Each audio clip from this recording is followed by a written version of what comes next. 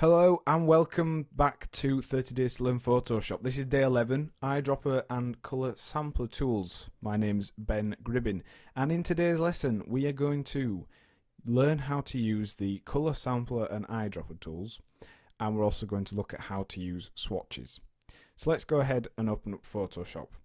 And we did mention briefly in our toolbar walkthrough about the colour palette options that we have down here. Let's just run through those so you know exactly what they do. So these two squares here represent the foreground and the background colour.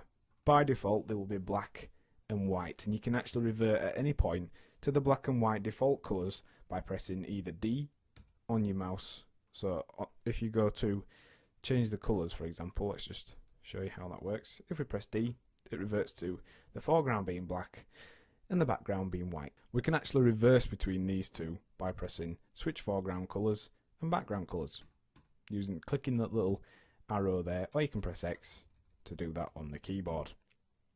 So in order to change the foreground and background colours, all you need to do is double click on that square, or single click, and it will open up the colour picker for the foreground colour. You can see that up there.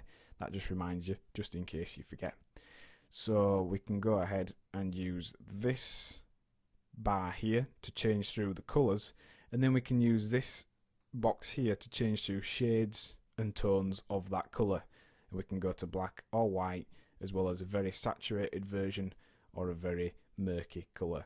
So that's just a kind of basic, almost a colour wheel, but it's a little bit more advanced. You can change the sort of colour layout if you wanted to do so. You can set it to RGB, you can do it as LAB, and you can do it by hue, saturation, brightness, red, green or blue. But the default is H because it allows you to get to all the different colours very quickly and very easily. So let's practice. We're going to change the foreground colour to red. Just use the very top red, very saturated bright red. Press OK, and that selects that colour as your foreground colour. Now let's just reverse that so we can change the foreground colour again. So let's this time change it to very bright purpley blue. So there you go. You can see we're switching between those very easily. And all you need to do is hit your brush tool, and it will actually now paint the foreground colour. So let's click, and that is the foreground colour. Let's reverse. That's the background colour. So that's how you use the foreground and background colour. It's just a way of being able to have two colours selected at the same time, and it does come in handy when using things like the gradient tool. So now the eyedropper tool, how does that work? Well, it works best when you're using photographs. So let's open up a photograph. Let's say, for example, we wanted to paint out all this patterning and noise and things on the back of this stamp. Well, in order to do that, we would select this area. I'm going to just do this very roughly. So we'll select this outline here.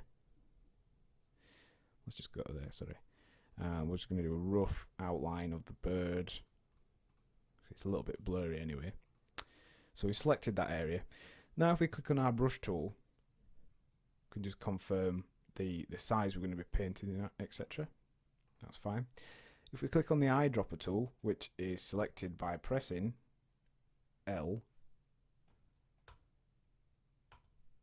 I. If you click on I, it will select the eyedropper tool. And what this does is it selects the colour that is underneath the end of the eyedropping tool. Now, if you're not quite happy with the cursor there, you can actually press cap locks and it'll give you this crosshair, which is a little bit more accurate. And then you know whichever colour is directly within the centre of that crosshair is going to be selected. So let's go ahead and let's select this kind of blue colour here. Now we can actually simply click, but if we click and hold, it shows us this preview.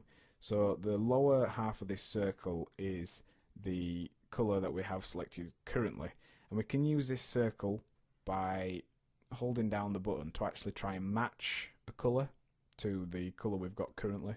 So like there, it's barely changed, and also we can just use it for reference. It does show you the colour you are currently selecting, but you'll notice the foreground colour does change as well as you're hovering over all the different colours. So that's a handy little feature. So by clicking, that will reset the foreground colour to whichever colour you have selected. And if you wanted to change the background colour, all you need to do is press Alt, and then same process, works exactly the same, but you'll notice now the background colour is changing. Now currently we've got the sample size to be 1 pixel, so if we zoom right into the maximum we can zoom in, when we use the eyedropping tool, it will be actually that colour or that colour. So you can actually pick the pixel colour. But sometimes, if you notice, all these pixels here, in real life, to the eye, would appear as a very, basically a flat colour. But because they're in a photograph and because we can zoom right in, all these are a different colour, and we've got some really funny shades in there where you think it would be just blue, and that's from the noise from your camera. So what if we wanted to get a more average colour sample from here? Well, we can use the point sample under the options panel. If you click 3x3, let's go back into the grid size. If you click on 3x3, it will actually do an average of a 3x3 grid. So that would actually be 9 pixels. You can do a 5 pixel average. You can do a 11 pixel average. You can do a 31 or a 51 or a 101. So you're getting a real kind of average across the board colour sweep. Now that would be quite handy because here we have a lot of funny greens and all kinds of strange blue colours in there. So if we use 100 by 1, we're going to get a nice flat blue colour that is a nice cross representation of the area we've selected. So that would be good to allow us to then select a more generic general blue colour. Let's go and brush in this area like we said we would do then, and you can see that's a pretty decent match really overall for that stamp colour. So that's how you use the eyedropper to select colours out of an image, and how you are able to select cross samples that are bigger and smaller using point sampling. Let's do colour samples now, so let's just remove that paint we did on there.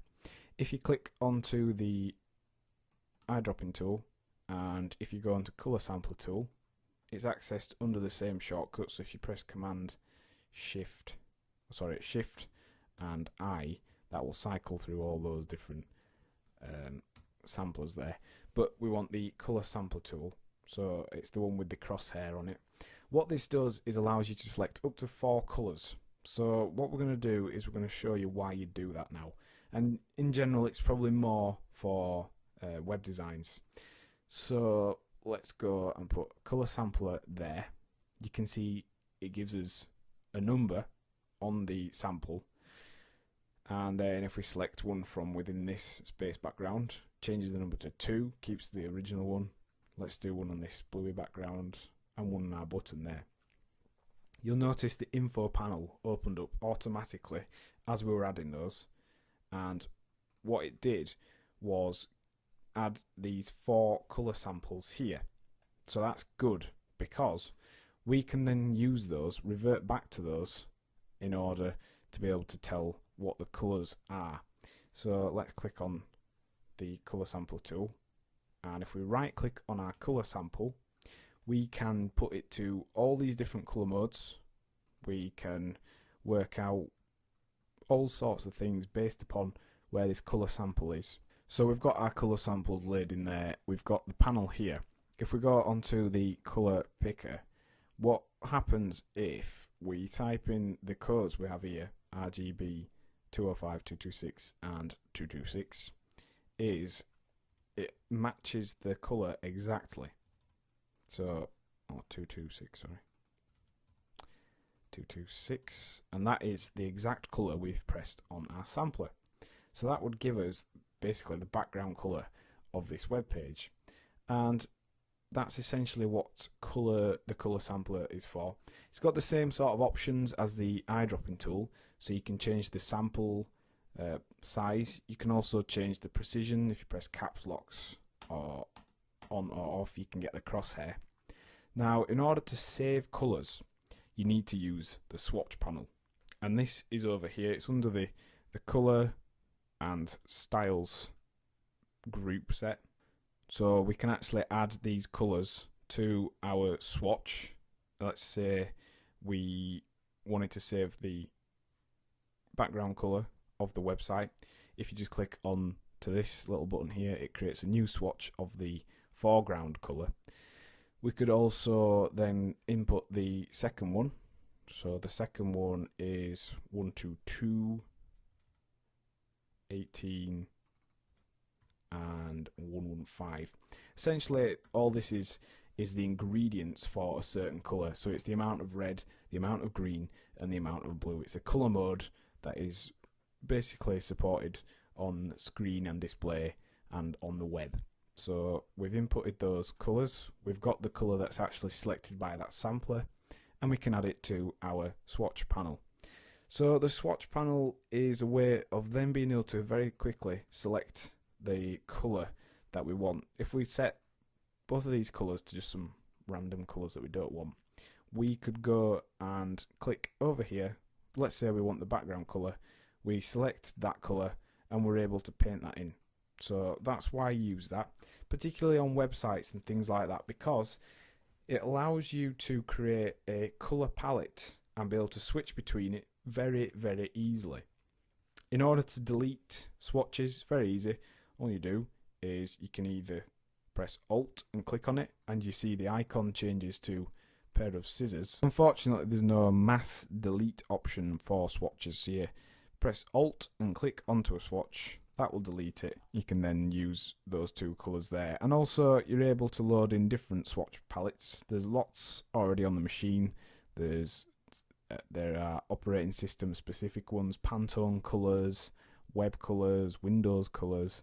So that's a way of being able to switch between swatches. If you wanted to create a swatch from the foreground colour, you can do that very easily. Just let's say we want to select the kind of dark colour there. Click on that and you can see there's a button there, add to swatches. We can give it a name, so we could call this the banner bottom colour. Press OK and you see it's just been added to the swatch panel. And also if you set your foreground colour to the colour you intend to add to your swatch panel, you can just hit this button here and it will add it very quickly for you. So what have we learned in today's lesson? Well, we've looked at how to use the eyedropper tool to set foreground and background colours, and also how to use the colour sampler as well as swatches. And your task for this lesson is to open an image with a bright blue sky, and then using an 11 by 11 point sample average, select the strongest blue shade and the lightest blue shade at either end of the sky, so you've got those as your foreground and background colours. Next time on 30 Days to Learn Photoshop, we'll be looking at the bucket and gradient tools. Thanks for listening.